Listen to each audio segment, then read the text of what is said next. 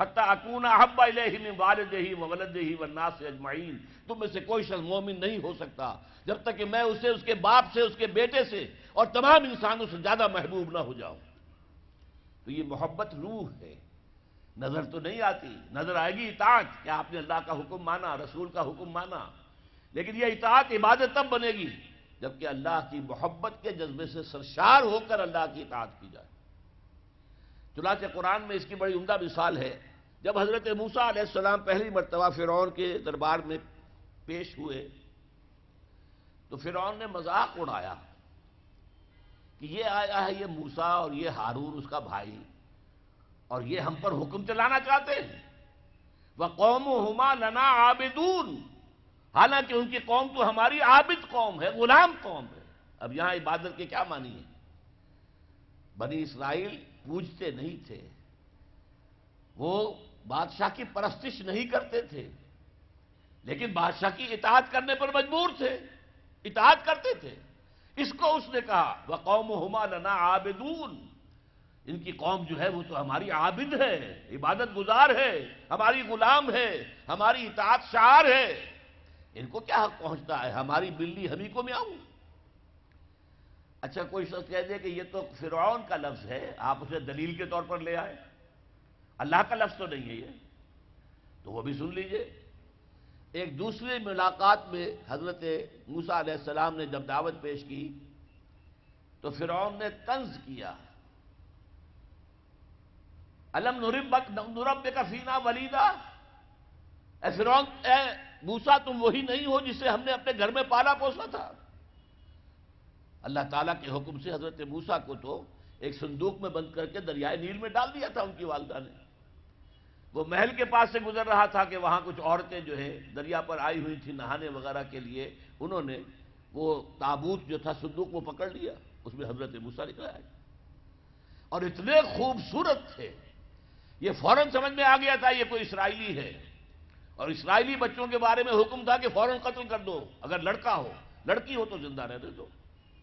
لیکن یہاں حضرت آسیہ تھی، فرعون کی ایک بیوی جو مسلمان تھی، بنی اسرائیل میں سے تھی، انہوں نے کہا فرعون سے لا تقتلوہ، مت قتل کرو، قرۃ عین لی ولک، دیکھو ہمارے ہاں اولاد نہیں ہے، یہ تو میرے اور تمہارے لیے آنکھوں کی ٹھنڈک بن جائے گا، دیکھو کتنا خوبصورت بچہ ہے، لہذا ان کو قتل نہیں کیا گیا۔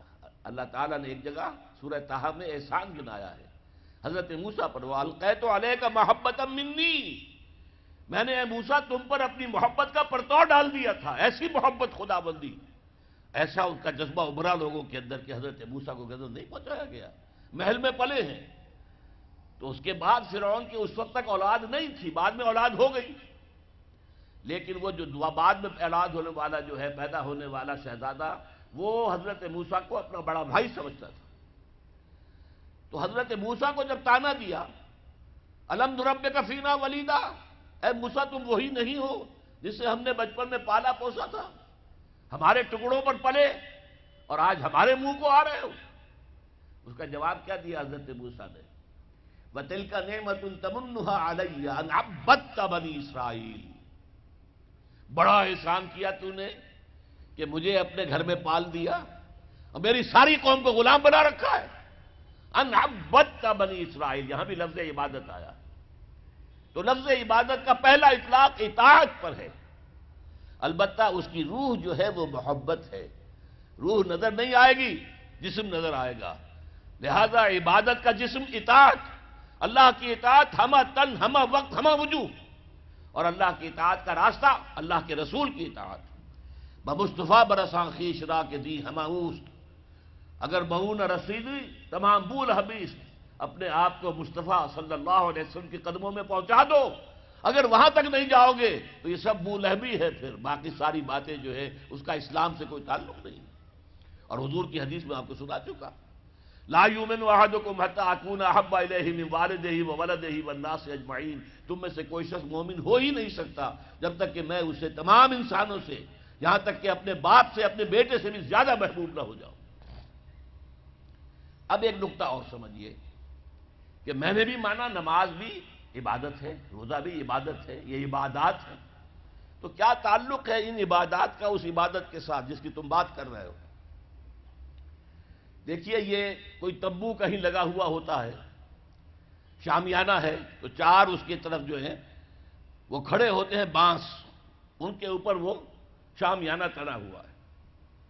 چار عبادتیں اللہ نے دی ہیں انسانوں کو، مسلمانوں کو، اہل ایمان کو، تاکہ بڑی عبادت کر سکیں۔ یہ بڑی عبادت ہمہ وقت، ہمہ تن، ہمہ وجوہ اللہ کی اطاعت کرنا آسان کام نہیں ہے۔ ہمارا نفس ہے جو برائی کی طرف ہمیں آمادہ کرتا ہے، شیطان لعین ہے، اس کی صلبی اور مانوی ذریت ہے، وہ ہمیں برائی کی طرف دھکیلتے ہیں۔ پھر مال کا لالچ ہے، وہ ہمیں بری طرف دھکیلتا ہے۔ ہمارے نفس کے تقاضے ہیں، چٹخارا چاہیے، عیش چاہیے، یہ ساری چیزیں جو ہیں ان کے ساتھ مقابلہ کریں گے تو اللہ کی بندگی کر سکیں گے، اللہ کی اطاعت کر سکیں گے، اللہ کی عبادت کر سکیں گے۔ لہذا چار عبادات دے دی، چار یہ بانس، چار ستون جن پر چھت کھڑی ہوئی ہے عبادت کی، عبادت۔ اور وہ ستون نمبر 1 کیا؟ نماز۔ کس لیے؟ تاکہ بھول نہ جاؤ کہیں۔ 5 دفعہ دن رات میں نکلو اپنے کاروبار سے، صبح نیند بڑی ٹھنڈی ہوتی ہے، بڑی ٹھنڈی ٹھنڈی ٹھنڈی ہوا، ساری رات ہفس رہا ہو تب بھی صبح ضرور کچھ نہ کچھ ہوا چلتی، مریض ساری رات تڑپتا رہا ہو لیکن صبح کے وقت آ کر اسے کچھ نہ کچھ سکون آتا ہے۔ تو فجر کی نماز کی اذان ہو گئی ہے، سن لی ہے، لیکن لیٹنے کو جی چاہ رہا ہے۔ اس کے خلاف جد و جہد کریں گے، اپنے نفس کے خلاف، تبھی تو اٹھیں گے نا۔ آؤ اٹھو، جاؤ مسجد میں، اللہ سے اپنا عہد جو ہے، جو تم نے کیا ہوا ہے بندگی کا عہد، جاؤ تازہ کرو اسے۔ 4 رکعتوں میں 4 دفعہ کہو ایاک نعبد و ایاک نستعین، اے اللہ ہم تیری ہی بندگی کرتے ہیں، تجھ ہی سے مدد مانگتے ہیں۔ پھر تم دھندا کرو گے، کاروبار کرو گے، دفتروں میں جاؤ گے، پھر ظہر کے وقت پھر آ جاؤ مسجد میں، پھر عہد تازہ کرو۔ پھر کوئی تھوڑا سا قیلولہ کر لیا، کوئی تھوڑا سا آرام کر لیا، کچھ کھانا کھایا، پھر گئے اپنی دکان پر، لیکن پہلے عصر کی نماز پڑھ لو، پہلے تم اپنا عہد جو ہے پھر تازہ کر لو، پھر غروب وقت، غروب سورج کے وقت پھر تازہ کرو، رات کو سونے سے پہلے پھر تازہ کرو۔ حفیظ جالندری کا بڑا عمدہ شعر ہے کہ سرکشی نے کر دیے دھندلے نقوش بندگی، آؤ سجدے میں گرے لوح جبیں تازہ کریں۔ یہ ہماری یہ سلیٹ ہے، لوح تختی ہے، اس پر لکھا ہوا کہ ہم اللہ کے بندے ہیں، لیکن سرکشی جو اندر سے آ رہی ہے نفس کی، اس نے اس لوح کے اوپر جو لکھا ہوا ہے ہم اللہ کے بندے ہیں، اسے دھندلا کر دیا ہے۔ آؤ سجدے میں گریں، زمین پر اپنی اس پیشانی کو رگڑیں تاکہ وہ جو نقش ہے بندگی کا وہ تازہ ہو جائے۔ سرکشی نے کر دیے دھندلے نقوش بندگی، آؤ سجدے میں گریں لوح جبیں تازہ کریں۔ اچھا، ایک میں نے کہا نفس ہے، نفس امارہ ہے، اس کو چٹخارے چاہیے، اس کا مقابلہ کرنے کے لیے روزہ دیا۔ دیکھو روزے میں تم صبح سے شام تک حلال چیز بھی نہیں کھاؤ گے، پانی بھی نہیں پیو گے۔ اب تو رمضان جو آتا رہا ہے، اب سردیوں میں پتہ ہی نہیں چلتا روزہ کیا ہوتا ہے کیا نہیں ہوتا، لیکن اب آ رہا ہے رفتہ رفتہ، بہرحال وہ تو آتا ہے، ہر 30-33 برس کے بعد لازماً وہ سائیکل مکمل ہو جاتا ہے۔ پھر آئے گا مئی کا مہینہ، مئی کا روزہ، حلق خشک، آپ دفتر سے آئے ہیں تو زبان باہر نکلنے کو آ رہی ہے خشکی کی وجہ سے، پیاس شدید ہے، گھر میں داخل ہوئے ہیں، فریج میں رکھا ہوا ٹھنڈا پانی بھی ہے، مشروب بھی ہے، نہیں پی سکتے، اللہ کی اجازت نہیں۔ بھوک لگی ہوئی ہے، کھا نہیں سکتے، بہترین کھانے ہیں، نہیں کھانا، اللہ کی اجازت نہیں ہے۔ یہ کس لیے ہے کہ تم نے 1 مہینے صبح سے شام تک حلال چیز بھی نہیں کھائی، حلال مشروب نہیں پیا، تو بقیہ 11 مہینے حرام سے تو بچو۔ یہ استعداد پیدا کرنے کے لیے روزہ۔ یا ایھا الذین آمنوا کتب علیکم الصیام کما کتب علی الذین من قبلکم لعلکم تتقون، تاکہ تمہارے اندر تقویٰ پیدا ہو جائے۔ مال کی محبت کو دل سے نکالنے کے لیے زکوٰۃ دو، صدقات دو، انفاق کرو، نکالو، اس مال کو نکالو، جتنا یہ مال نکلے گا اتنا ہی دل کے اندر سے مال کی محبت کم ہوگی۔ اور یہ ساری چیزیں حج میں جمع کر دی، خرچ بھی ہوتا ہے، احرام کے اندر پابندیاں بھی ہیں، احرام کی حالت میں زن و شوق کا تعلق نہیں ہو سکتا بیوی اور شوہر کا، اسی طریقے سے آپ بال نہیں توڑ سکتے اپنا، اور پھر یہ ہے کہ اس کے اندر ذکر بھی ہے، تلبیہ بھی ہے، لبیک اللہم لبیک لبیک لا شریک لک لبیک ان الحمد والنعمت لک والملک لا شریک لک. یہ ترانہ جو ہے حمد کا اور ترانہ توحید وہاں پر پڑھا جا رہا ہے. تو کیا مطلب بات سمجھ میں آئی؟ یہ چار عبادات اس لیے دی ہیں کہ وہ بڑی عبادت ہم کر سکے، کہ ہم سے کہیں اللہ کے کسی حکم کے خلاف کوئی حرکت سرزد نہ ہو جائے. ہر وقت ہمہ تن ہمہ وقت ہمہ وجوہ اللہ کی بندگی، اللہ کی اطاعت. اب تیسرا نقطہ ذرا کڑوا ہے. اب تک کی باتیں تو آپ کو اچھی لگی ہوں گی، اب کڑوی بات ہے. یہ اطاعت اللہ کو مطلوب ہے کلی اطاعت، جسے آپ کہتے ہیں نا پیکج ڈیل. بھائی یہ معاملہ اس طرح نہیں ہوگا، یہ پیکج ہے، ٹیک اٹ اور لیو اٹ. اللہ کہتا ہے یا میری اطاعت کرو تو ہمہ تن کرو، ہمہ وقت کرو. یہ نہیں کہ کچھ میری اطاعت کر لی، کچھ نفس کی اطاعت کر لی، کچھ کسی اور کی اپنی برادری کے رواج کی اطاعت کر لی.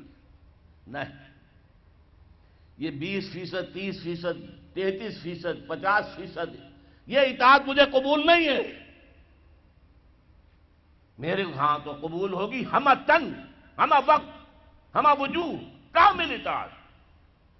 اگر تم نے روش یہ اختیار کر لی کہ کچھ حکم مانے کچھ نہیں مانے، یہ بڑی تلخ آیت ہے. میرے نزدیک قرآن مجید میں مسلمانوں سے خطاب کر کے اس سے زیادہ سخت کوئی آیت نہیں آئی. افتؤمنون ببعض الکتاب وتکفرون ببعض، کیا تم ہماری کتاب شریعت کے بعض حصے کو مانتے اور بعض کو نہیں مانتے؟ نماز کا حکم کس نے دیا؟ میں نے. نماز تم پڑھتے ہو. سود کی حرمت کا حکم کس کا ہے؟ میرا ہے، اور اسے تم چھوڑنے کو تیار نہیں ہو. کیا یہ میرا حکم نہیں؟ اگر میرا حکم نہیں مانے تو نماز کاہے کے لیے آتے ہو؟ پڑھنے کے لیے.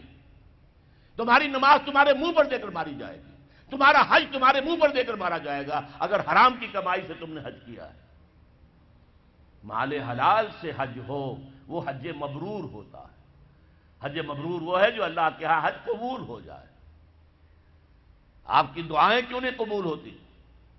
یاد کیجئے 1971، بہت سے لوگوں کو یاد ہوگا، جب مشرقی پاکستان میں جنگ ہو رہی تھی تو کتنی دعائیں قنوت نازلہ مسجدوں میں پڑھی گئی ہیں. اے اللہ مدد کر، اے اللہ ان کافروں کو تہس نہس کر دے، اللہم شتت شملہم، اللہم مزق جمعہم، اللہم دبر دیارہم.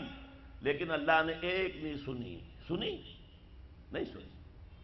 تمہارا منہ ہی نہیں ہے مجھ سے بات کرنے کا. تم نے میرا دین قائم کیا ہے؟ تم میرے احکام پر چلتے ہو؟ اگر نہیں تو تمہارا کیا حق ہے کہ تم مجھ سے دعا مانگو؟